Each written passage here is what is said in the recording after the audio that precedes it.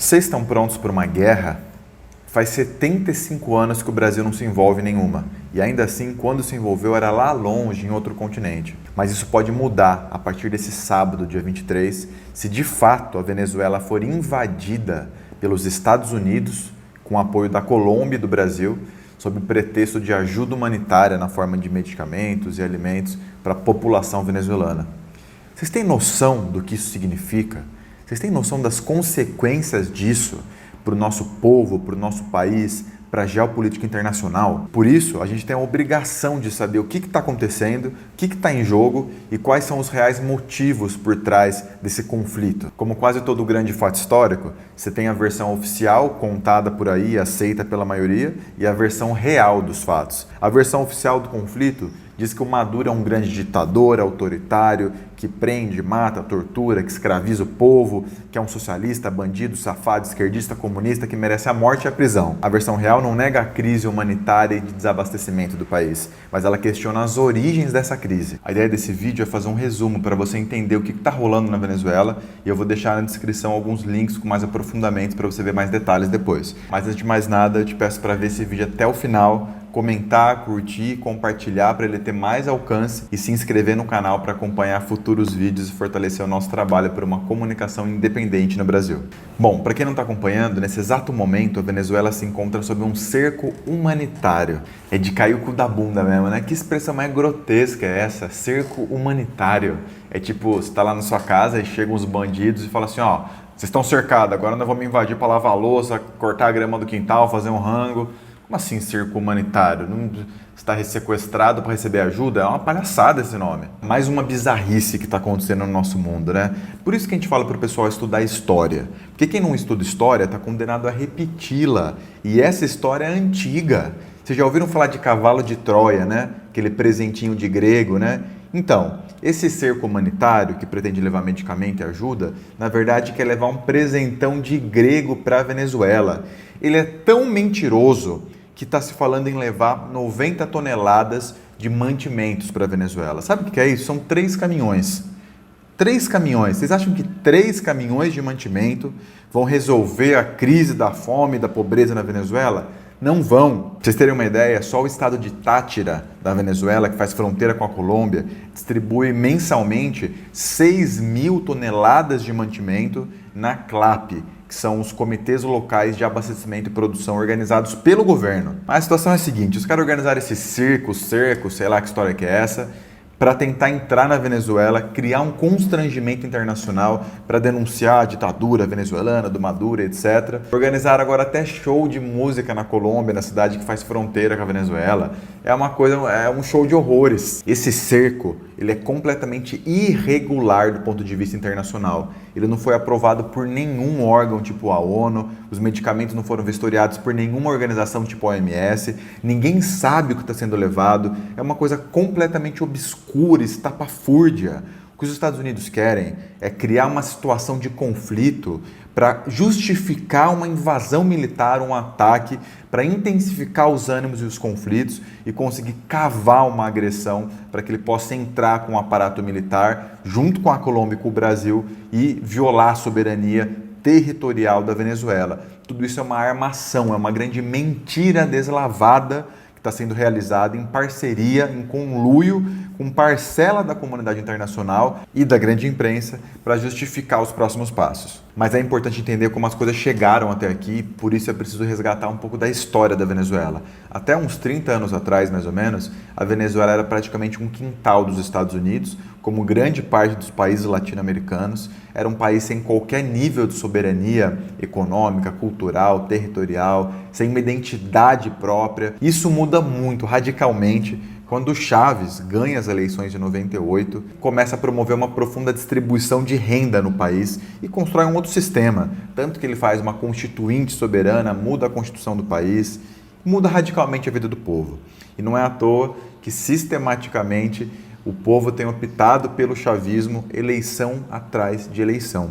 E é importante dizer aqui, uma das coisas que se diz sobre a Venezuela, para justificar esse ataque, esse golpe, essa guerra contra o país, é que lá é uma ditadura. Não poderia existir informação mais equivocada do que essa.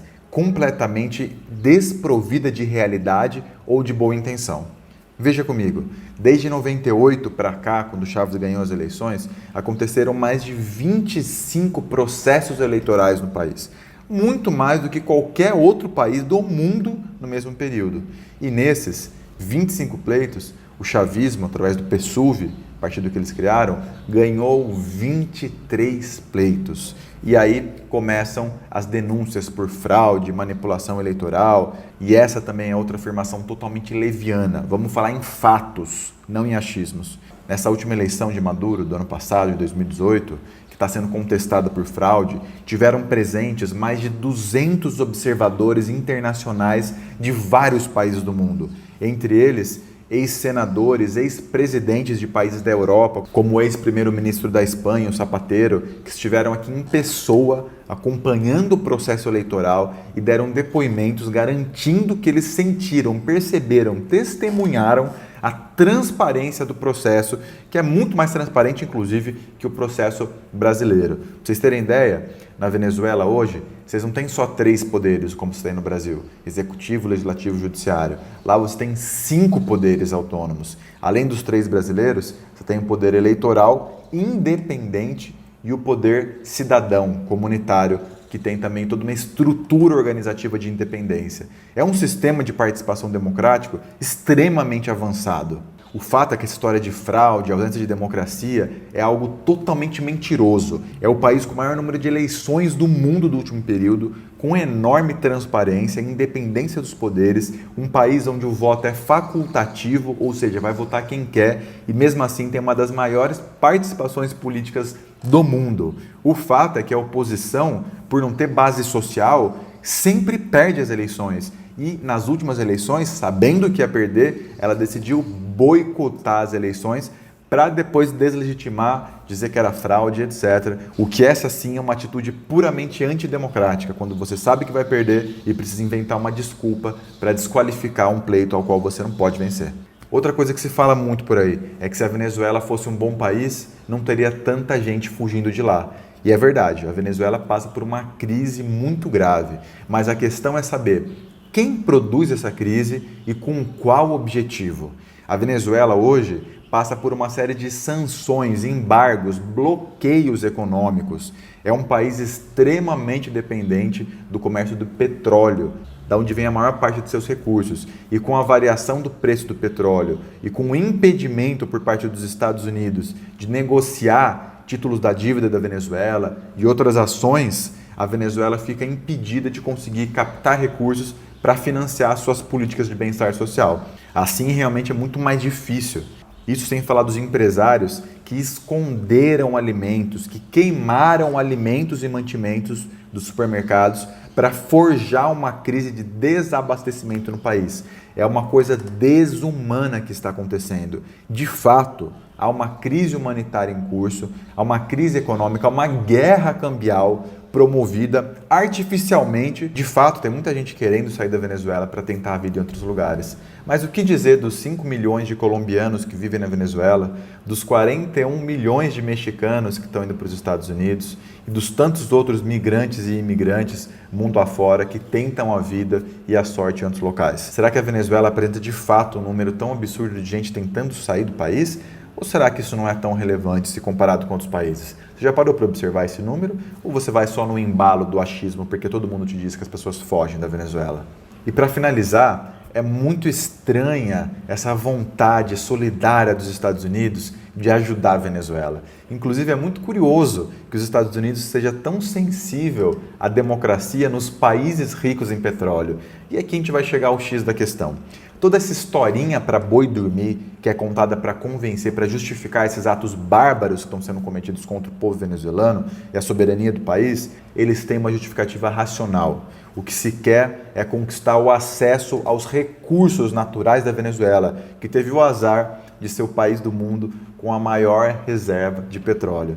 Além disso, ele é o segundo país com a maior reserva de ouro do mundo, ele está entre os países com maior reserva de diamantes e pedras preciosas, é um país que foi abençoado e amaldiçoado com uma abundância gigantesca de recursos naturais, minerais e etc. E é nisso que os Estados Unidos está de olho. É por isso que, coincidentemente, os Estados Unidos foi produzir guerra lá no Oriente Médio, no Iraque, na Síria. Eles usam a desculpa de levar a democracia e civilização, mas o que eles querem é fortalecer a indústria bélica e o controle de recursos importantes para a manutenção do país, como o petróleo, que ele não produz tanto quanto consome. Isso aqui precisa ficar mais claro, a gente precisa deixar de ser bobo, pessoal. Não importa se você gosta do Maduro ou não gosta, se acha o bigode dele feio, se ele é um ditador autoritário.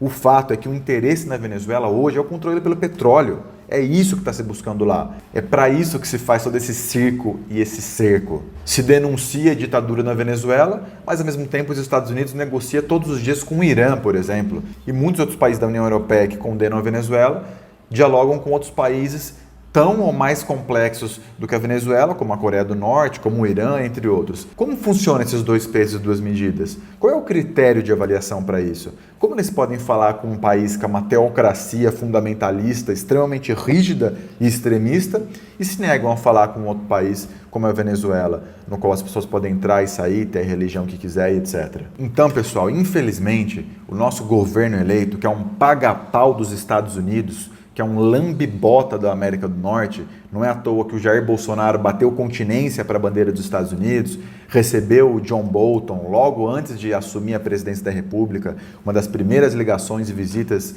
que o Bolsonaro recebeu foi do Trump.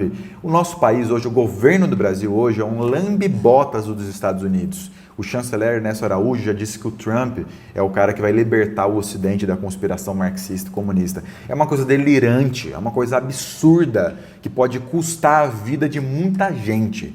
Não só soldados brasileiros que podem ser mandados para morrer na Venezuela. Porque o exército venezuelano ele é muito mais poderoso do que o brasileiro. Inclusive, a Venezuela está alinhada geopoliticamente com países importantes, como a Rússia e a China e a Turquia, que não vão deixar barato, e eles estão corretos. Essa é uma violação à soberania venezuelana, que tem a sua própria opção geopolítica legítima, que elegeu seu representante com uma votação histórica. Quase 70% das pessoas votaram no Maduro em 2018. As eleições venezuelanas foram antecipadas a pedido da oposição, que foi incapaz de vencer.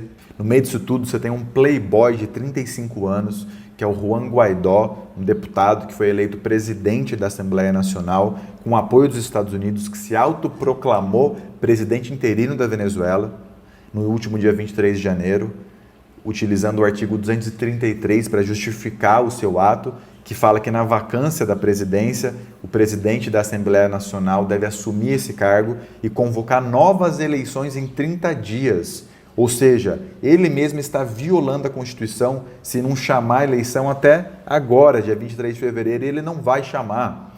Além disso, é a única história de um país do mundo onde a mesma pessoa assina como chefe do Poder Legislativo, porque ele é presidente da Assembleia Nacional, e chefe do Poder Executivo, porque ele se autoproclama presidente interino. É isso que eles chamam de democracia.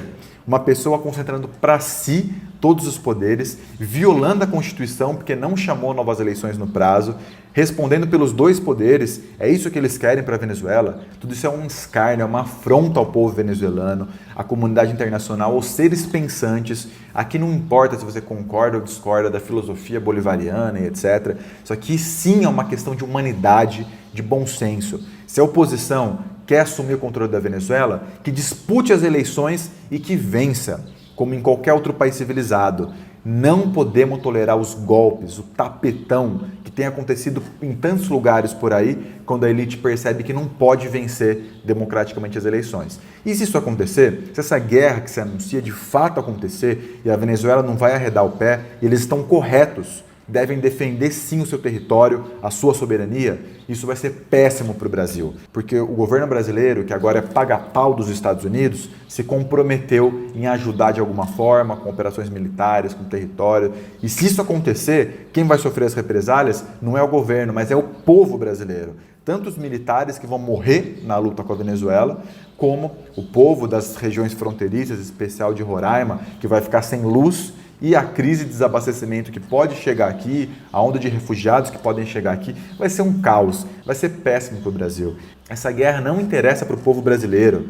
A gente precisa deixar de ser bobo, entender o que está acontecendo, o que está em jogo, por que essa guerra acontece. Então eu vou te pedir para conversar com as pessoas que você conhece e antes de sair por aí afirmando de boca cheia coisas que você não tem ideia, entenda e estude o que acontece. Entenda o sistema de governo venezuelano, conheça a história do povo venezuelano, a história do chavismo, os processos eleitorais e depois de entender tudo isso, aí sim é mais legítimo que você se manifeste sua opinião, assim como eu fiz, estudando o necessário para poder estar aqui falando com vocês. Não estou falando coisas da minha cabeça, achismo, então eu só espero que as pessoas façam o mesmo, que elas se informem antes de dar opiniões tão definitivas sobre coisas que desconhecem. E definitivamente essa questão da Venezuela é gravíssima.